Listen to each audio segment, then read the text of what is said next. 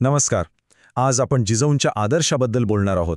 आणि तो आदर्श आजच्या काळात म्हणजे मॉडर्न पॅरेंटिंगसाठी किती महत्त्वाचा आहे यावर विचार करणार आहोत. त्यांचे संस्कार आजही का महत्त्वाचे आहेत? चला, याची सुरुवातच एका खूप मूलभूत प्रश्नापासून करूया. तर प्रश्न अगदी साधा आहे.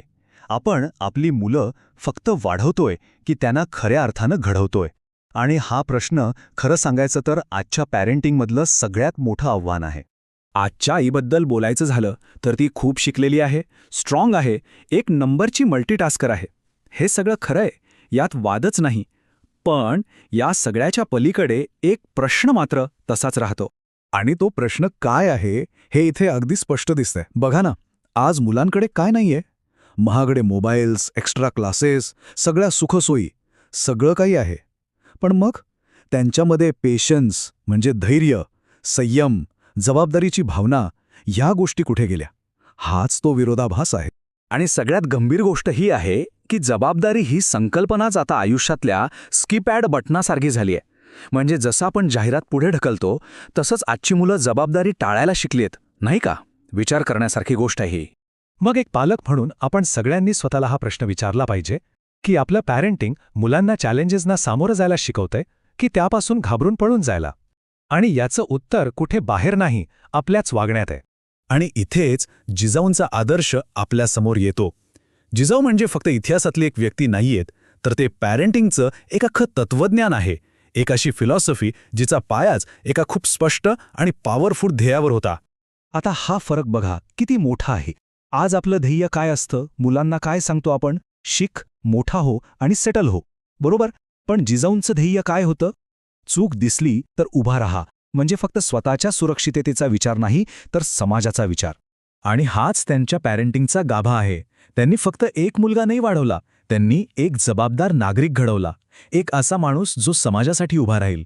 म्हणजे इथं पॅरेंटिंग हे फक्त पर्सनल राहत नाही, ते सोशल होऊन जातं. ठीक आहे, पण मग हे ध्येय साधायचं कसं? आजच्या काळात मुलांना तलवार नाही द्यायची, तर त्यांना द्यायचं आहे एक मजबूत कणा. त्यांचं कॅरेक्टर, त्यांचं चारित्र्य मजबूत करायचंय. मग हा कणा कसा तयार करायचा? सोपं आहे, पण त्यासाठी काही गोष्टी कटाक्षाने टाळायला हव्यात. पहिलं, सगळ्या गोष्टी आयत्या देणं बंद करा. दुसरं, प्रत्येक वेळी मुलांचीच बाजू घेणं थांबवा. आणि तिसरं, अरे लहान आहे तो, समजून घ्या, असं म्हणून त्यांच्या चुकांवर पांघरून घालणं बंद करा. कारण हे वाक्य खूप महत्त्वाचं आहे. जिजाऊंची माया होती, पण ती माया कधीच कमजोरी नव्हती. म्हणजे खरं प्रेम म्हणजे शिस्त, खरं प्रेम म्हणजे मुलांना संघर्षातून शिकू देणं. प्रेम म्हणजे मुलाला कमजोर बनवणं नव्हे. आणि यातूनच पुढचा मुद्दा येतो. संस्कार म्हणजे काय? फक्त मोठमोठ्या गोष्टी सांगणं नाही. संस्कार म्हणजे आपलं वागणं. कारण मुलं आपण काय सांगतो हे ऐकत नाहीत, आपण काय करतो हे बघताय. चला, आता काही प्रश्न स्वतःलाच विचारूया. एक पालक म्हणून आपण स्वतः वेळेवर उठतो का? आपण छोट्या मोठ्या गोष्टींसाठी खोटं बोलणं टाळतो का? आपल्या वागण्यात तो प्रामाणिकपणा आहे का? आणि सगळ्यात महत्त्वाचं, कुठे झुकायचं आणि कुठे ताठ मानेनं उभं राहायचं हे आपल्या वागण्यातून दिसतं का? हे प्रश्न महत्त्वाचे आहेत, कारण सत्य हेच आहे. मुलं ऐकत नाहीत, ती पाहत असतात. आपण जे वागतो तेच संस्कार त्यांच्यात उतरतात. आणि हा विचार फक्त एका घरापुरता किंवा कुटुंबापुरता मर्यादित नाहीये. एक पालक म्हणून आपण आज जो निर्णय घेतो ना, त्याचा थेट परिणाम उद्याच्या समाजावर होतो. ही गोष्ट समजून घेणं खूप गरजेचं आहे.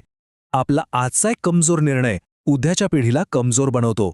आणि कमजोर पिढी म्हणजे कमजोर समाज. त्यामुळे ही जबाबदारी खूप मोठी आहे.